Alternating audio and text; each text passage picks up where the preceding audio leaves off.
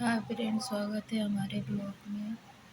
Friend, मेरे ही पति हमें फांसी देके मारना चाहते हैं।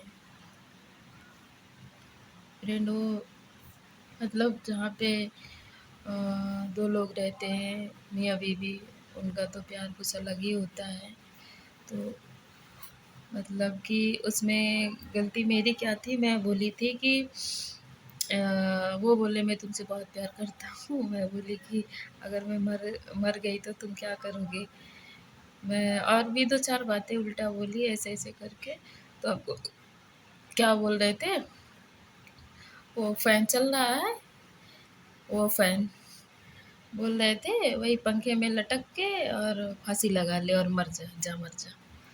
तो फ्रेंड, मतलब वो हमको बोल रहे थे फांसी नहीं लगाने को बोल रहे थे कि मैं लगा दूँगा, मर जाएगी, ऐसा नहीं है।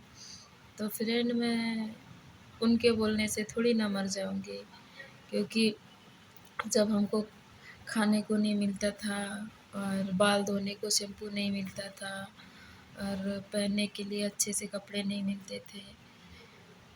मैं ऐसे कपड़े पहनी फ्रेंड कि जैसे अभी मेरा ये हमेशा का पहनावा यही है, ये और ये 2 मैं हमेशा से पहन के आई। ये नहीं कि मैं यहाँ आई तो अभी ऐसा पहनने लगी महाराष्ट्र में आके। मैं गाँव में भी ऐसा पहनती। तो फ्रेंड, ये कपड़े तो इतना चलते कि एक बार ले लो तो 1 साल तो बोलना, अगर 2 ले लो तो 1 साल तो बोलना नहीं होता।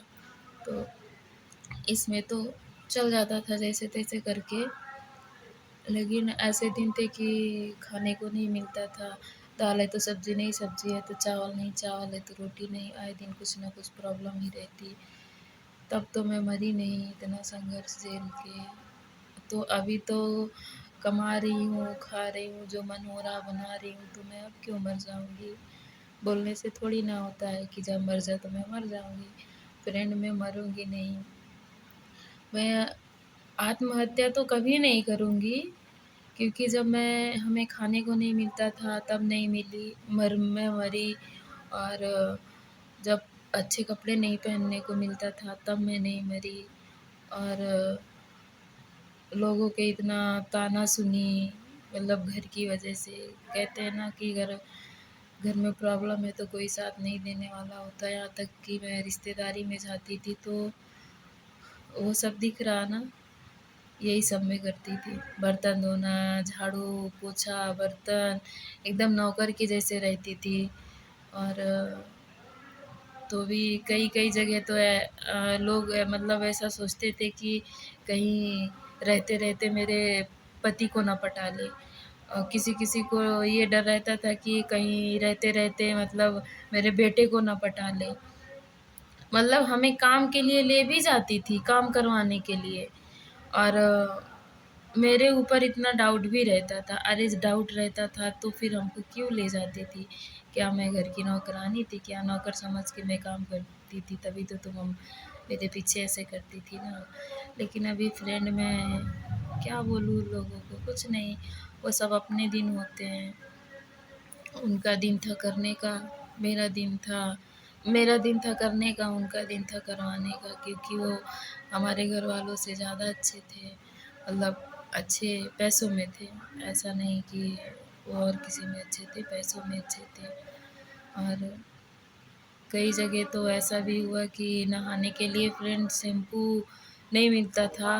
और ये भी नहीं पूछती थी कि नहाने जा रही हो शैम्पू है कि नहीं और साबुन है कि नहीं, बस कपड़े लेके अंदर जाती। तो मतलब बड़े लोगों का तो फ्रेंड पता है ना, उनका ब्रांडेड ब्रांडेड चीज़ रहता है, शैम्पू, तेल, साबुन तो क्या-क्या।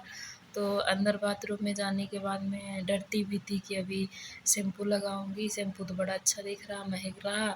और खोलती ढक्कन, खोला कि ढक्कन रख देती कि अभी मैं बाल धोऊँगी, मेरा बाल महकेगा तो अभी हमको कुछ बोलेंगी और कुछ कहेंगी, डाँटेंगी। तो क्या करती, वही कपड़े धोने वाले साबुन से बाल धो लेती, नहा लेती, मुँह धो लेती, उसी से कपड़े धो लेती। लेकिन अगला एक बार ना बोलता कि तुमने बाल किस चीज़ से धोए, कपड़े किस चीज़ से धोए, नहाई किस चीज़ से, ये सब से मतलब नहीं था। सिर्फ़ टाइम हो गया, खाना बनाओ, टाइम हो गया, बर्तन धो, टाइम हो गया, खाना निकाल के दो। ये नौकरी फ्रेंड मैं बहुत की। तो मैं किस वजह से की, क्योंकि मेरे घर की कंडीशन ख़राब थी और मम्मी से मेरी इसीलिए नहीं पड़ती थी कि सबके घर में सबके मम्मी पापा ऐसे करते हैं, तुम ऐसा क्यों करती हो, तुम आगे कुछ क्यों नहीं करती हो, यही सब के लिए लड़ाई करती, तो मेरी नहीं पड़ती थी। तो हमको कोई एक बार बोल देता था तो मैं तुरंत तैयार हो जाती थी, मतलब कि इसलिए कि ना यहाँ मैं देखूँगी और ना तो मैं बोलूँगी, और ना तो ये हमें चार गाली देंगी, ना तो मैं कुछ बोलूँगी, मैं दूर रहूँगी, भरपेट खाना मिलेगा और काम तो करना ही है, काम तो किधर भी लोग कर सकता है, काम करके तो खाना ही है। फिर तो इसीलिए मैं ज़्यादा घर में नहीं रुकती थी। वैसे झेली तो 3-4 साल, लेकिन फिर शादी के 5-6 साल नहीं, पढ़ाई छूटने के बाद में मेरा 3 साल तक ऐसे गया। 3 साल के बाद में फिर मैं सोची, जब थोड़ी मोरी मेरी बुद्धि खुली, तो हमको ऐसा लगा कि हमें अब कुछ करना चाहिए। तो मैं लड़ाई कर कर के कपड़ा सिलना सीखने जाने लगी। फिर जैसे तैसे करके मशीन ली, फिर हमें उसमें नहीं परवरता आया, नहीं अच्छा लगा वो सब करना फ्रेंड। तो फिर मैं, मतलब वो पार्लर का तो सभी जानते हैं आजकल तो बिना पार्लर गए किसी का काम ही नहीं चल रहा। वो कुछ नहीं करवाएगा लेकिन आईब्रो तो ज़रूर बनवाएगा। तो मैं उसका काम की 1500 दे के सीखी, तो मैं पूरा सीखी भी नहीं, आधा दिन गई, आधा दिन मैं आधा पैसा दे के 3000 मांगा था, 1500 दे के मैं छोड़ दी काम। तो फिर उधर काम करके थोड़ा एडजस्ट की, तो मैं काम की 4-5 साल, तो फिर जाके थोड़ा मतलब अच्छा पहनने को मिला। खाने को तो जैसे तैसे कंडीशन अभी भी घर पे ख़राब है। और फिर शादी में मेरा, जब शादी पास हुआ, रिश्ता हुआ, तो शादी में तो काँव-काँव हो ही गया। वो तो जो हुआ, अभी आगे सब लोगों को सेम सेम दिखाऊँगी। अभी तो यहाँ पे ना कुछ कोई दिखाने वाला है, ना कोई बोलने वाला है।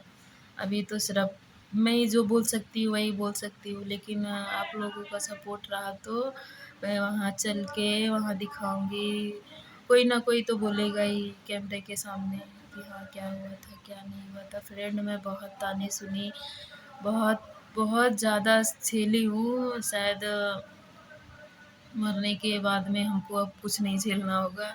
ऊपर जाके हमें भगवान कोई सज़ा नहीं देगा, ऐसा लग रहा है, क्योंकि अ, लोग हमसे अपना पति बचाते थे, लोग हमसे अपना बेटा बचाते थे, हम ही से काम करवाते और हम ही को ताना मारते। कहीं बात ना करने लगे, कहीं कुछ ना उल्टा-सीधा होने लगे। क्या फ्रेंड मैं इतना बेवकूफ़ थी कि जिस जहाँ खाती वहीं छेद करती।